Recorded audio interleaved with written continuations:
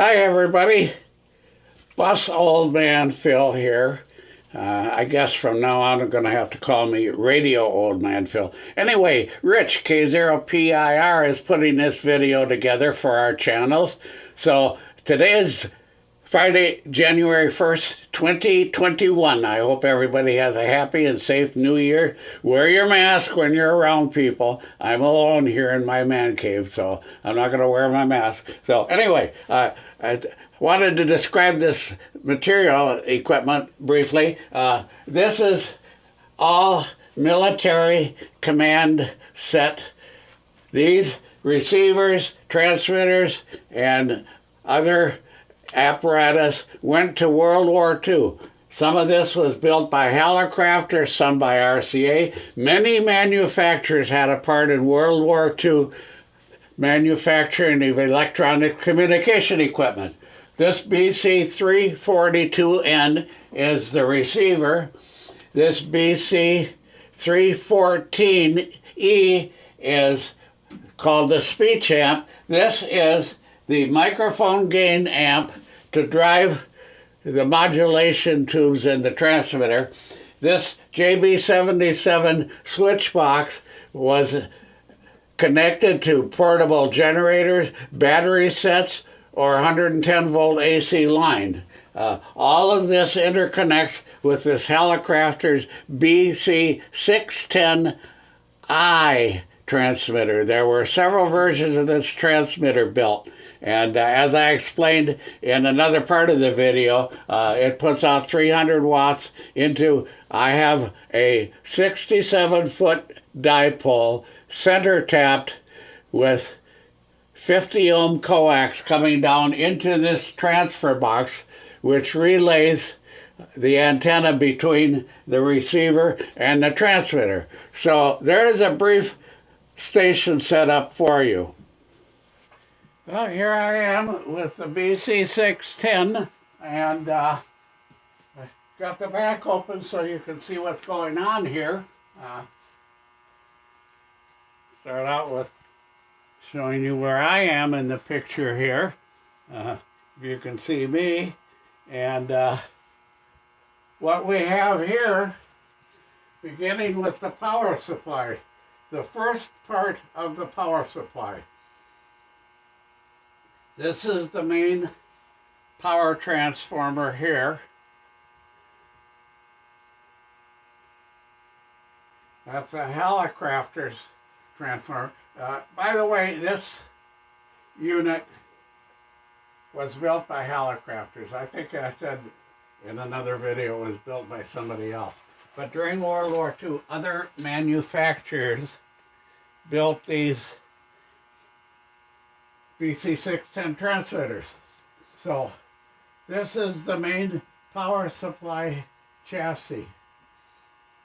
These are the two rectifiers that supply the 2000 volts for the transmitter plate.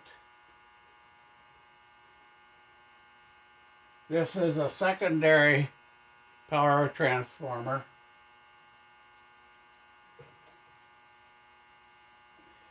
That powers the filaments.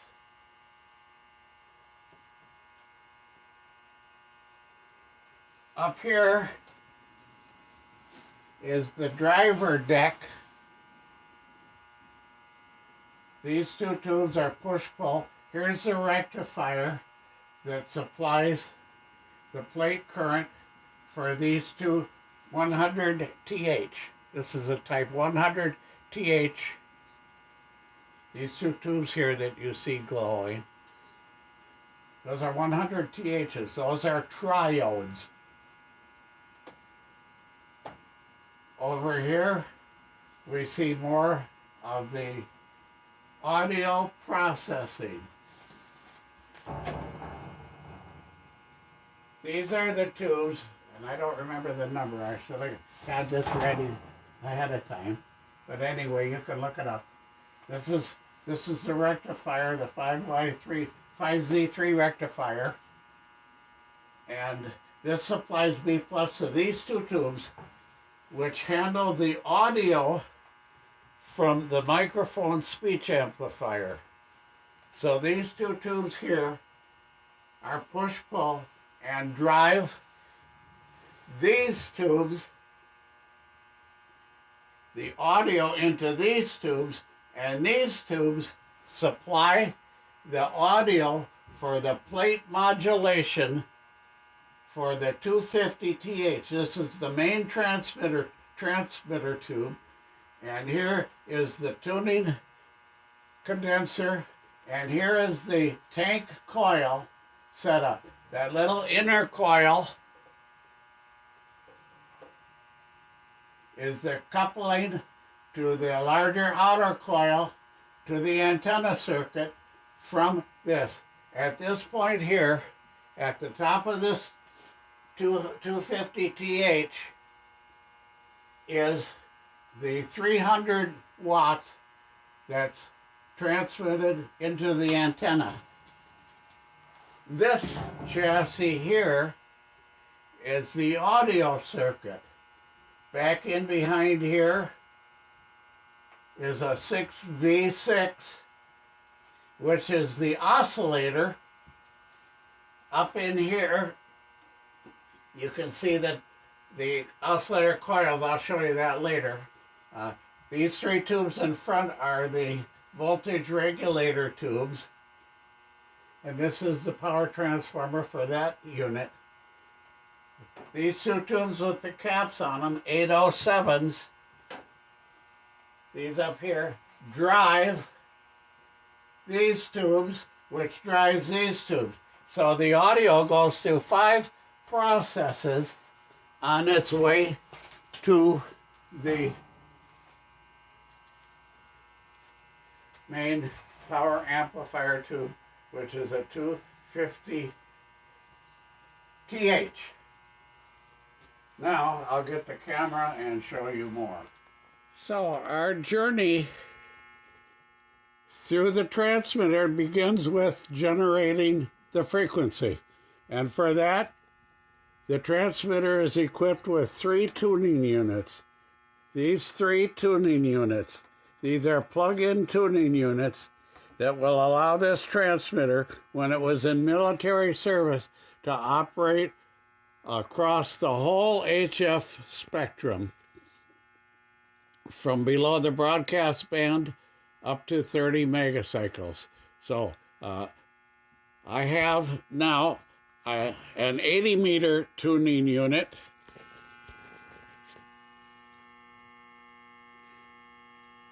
a 40-meter tuning unit, and a 20-meter unit.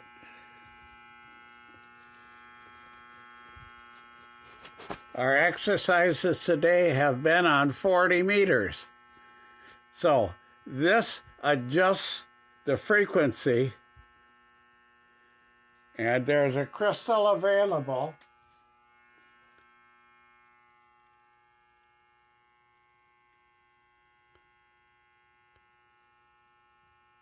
which is 3645 kilocycles.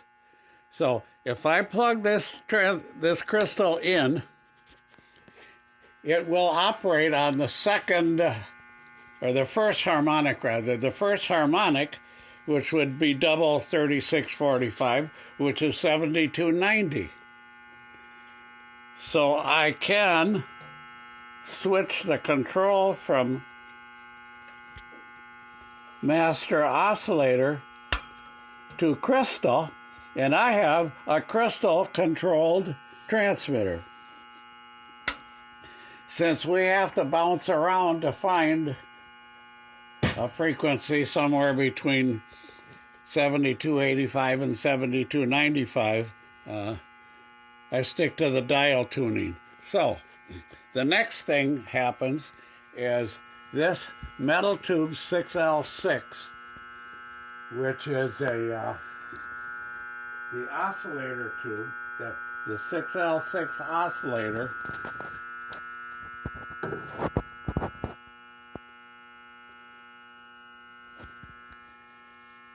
sends to a 6L6. This is a 6V6. Folks, I say things and then they're wrong, and I don't hear me saying it, so bear with me. This is a 6V6 acting as an oscillator. Many of you familiar with tubes think of this as a beam power tube in an audio amplifier circuit, and you're absolutely right. But somehow or other, the great designers of pre-World War II, when this transmitter was built, or designed rather, found a 6L6 will act as an oscillator, a 6V6. Then we moved to a 6L6. By the way, this transmitter had a 6V6 glass tube, and I found that it was radiating too much RF energy, and it was creating feedback way back in here where the transmitting tube is, where the power amp tube is. So by using a metal 6V6, eliminated that problem. Could also use a metal 6L6, but I choose this glass 6L6 because I can put a wire down through the top of the transmitter here and feed a frequency counter. So that's what I've done with that. Then we move on to a pair of 807s, which further amplify the RF signal. And remember I mentioned the 3 voltage regulators. This has its own power supply, and these 3 OD3 voltage regulators help keep a steady voltage here so the transmitter frequency doesn't drift a lot. So that's how we get the bands that we want through these tuning units. Now we go over to the front of the system in preparation for tuning.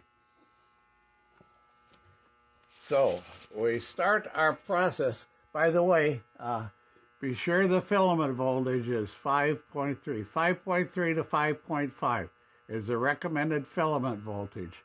These tubes, many of them don't have cathodes. All the big power handling tubes do not have cathodes. They're filament emission triode tubes. So we set this voltage at 5. The tubes like the 6V6 and 6L6, those are the standard 6.3 volt filaments, and they're fed off of a separate transformer. So we begin our tuning by the doubler plate. We want to adjust the doubler plate current for minimum. So we turn on the exciter plate power switch, and this turns on the oscillator section of the transmitter. Now we begin by tuning the doubler plate current to minimum. That is the resonant position. And we use this doubler plate dial to do that, doubler plate knob. And we set for minimum. We want the plate to draw minimum current. That's when the circuit is tuned. So I'm turning this knob, and you can see there the doubler plate is at minimum. Now we switch to the internal amp grid, and we want our grid current as high as possible. So we go back to that same adjustment, that same knob, and we tune for maximum grid drive, maximum grid current. And if our system is working right, we're going to find that the maximum grid current and the minimum plate current are pretty much the same. If not, retune to dip the plate. Redip the plate, and you'll see they are the same. Okay, good. Now we're going to move up to the internal amp plate.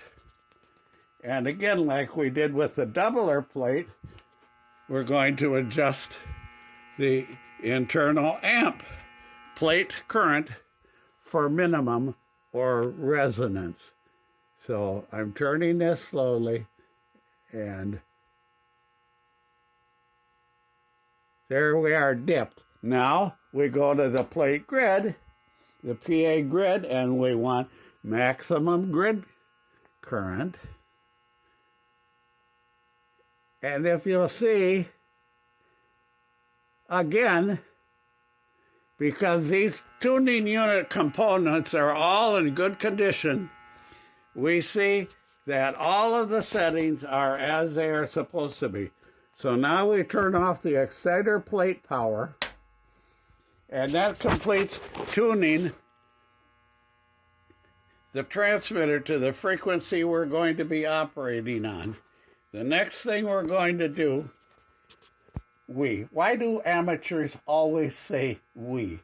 The word is me, I. I will adjust this. And in order for me to get the plate current and to get the transmitter functional, I need to put the back cover back on. So I'm going to pause the video now and do that.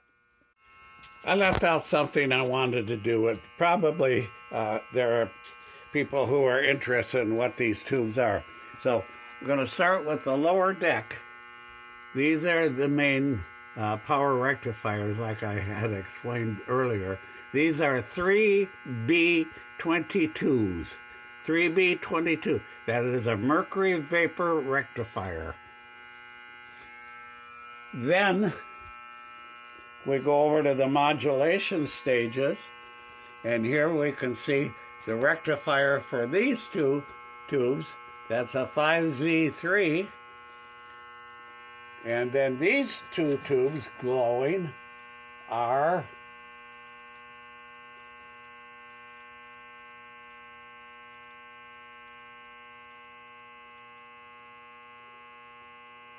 two A3s. Can you see them glowing? People like to see filament tubes. These are filament tubes. That's the rectifier tube. And here are the two A3 driver tubes. And those two A3s are driving these 100 THs. And here's a rectifier circuit for those, another 5Z3. Then these drive the RF into the main power amplifier tube, which is a 250TH, another triode. And you can see the filaments. The filaments are glowing orange. The camera doesn't pick up that color very well, but the filaments are glowing orange. Now I'm going to make the final adjustment before we go on the air. I have the antenna now on a dummy load, which is one of these old oil cans. MFJ makes these dummy load oil cans that'll handle up to 500 watts. This transmitter in normal operating condition will put out 300 watts. So I'm ready for the final tuning. You'll notice that our excitation meter is set correctly, and you'll notice our filament voltage is my filament voltage. And so let us tune for 250 milliamps of plate current in the power amplifier tube. We have the exciter plate power turned on. We now have the plate power turned on. By the way, this high voltage protect. In case of a short or an overload, there's a relay that trips, and we can reset it here. There's also an overload reset for the main power transformer. The modulator bias is adjusting the BC-610 speech amplifier, to which is plugged in the microphone. This microphone I bought on eBay last week. I like these D104s. They really sound good. It's a crystal microphone. They really sound good. AM transmissions. It's not that broadband broadcast quality with all that deep bass in it. It tends to amplify the high notes. The high part of our voice is what us old geezers need. We need to hear the highs. Okay, so those microphones are very good for that. All right, so we're ready for our last adjustment. I am going to turn on the plate power and quickly turn this dial and get this power down. See there? See that peak? We want to get it down. Don't leave this up here because I'll show you what happens. This power amplifier tube, look at that. The plate is blistering hot. So get that current down to 250 milliamps quickly. Now it'll go low because we're on a dummy load. So I'm going to show you at 250 milliamps, this transmitter is putting out 300 watt AM carrier, okay, at the frequency that we chose. Now you'll see this power amplifier plate is still glowing, but it's at its normal red. Again, remember, these cameras do not do color when it's light emitting color. They'll show the color of an illuminated surface, but they will not show the color of a light. So here we are. We would actually be on the air right now, except I'm transmitting into a dummy load. And this is a power amplifier, and at 250 milliwatts, it's putting out 300 watts, and that glow of that tube is normal for that power output. And you'll see you can see the voltage regulators glowing. Almost looks like an eye tube, almost looks like a 65 eye tube, except the eye tubes are green. But there's 3 of those tubes, and they're regulating the B+ voltage to the oscillator circuits to keep the frequency stable. So that's well. Now I'm going to turn off the plate power and turn off the exciter power and open this lid and show you the final tank coil.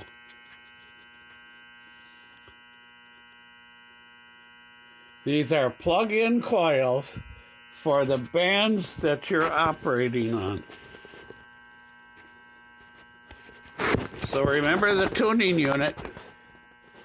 And so you plug a coil in like this for the band you're operating on.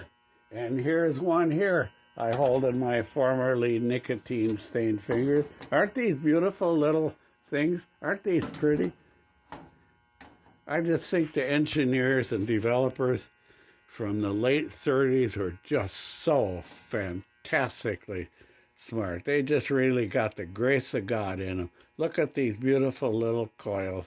These just plug right in, and here's that adjustable loop.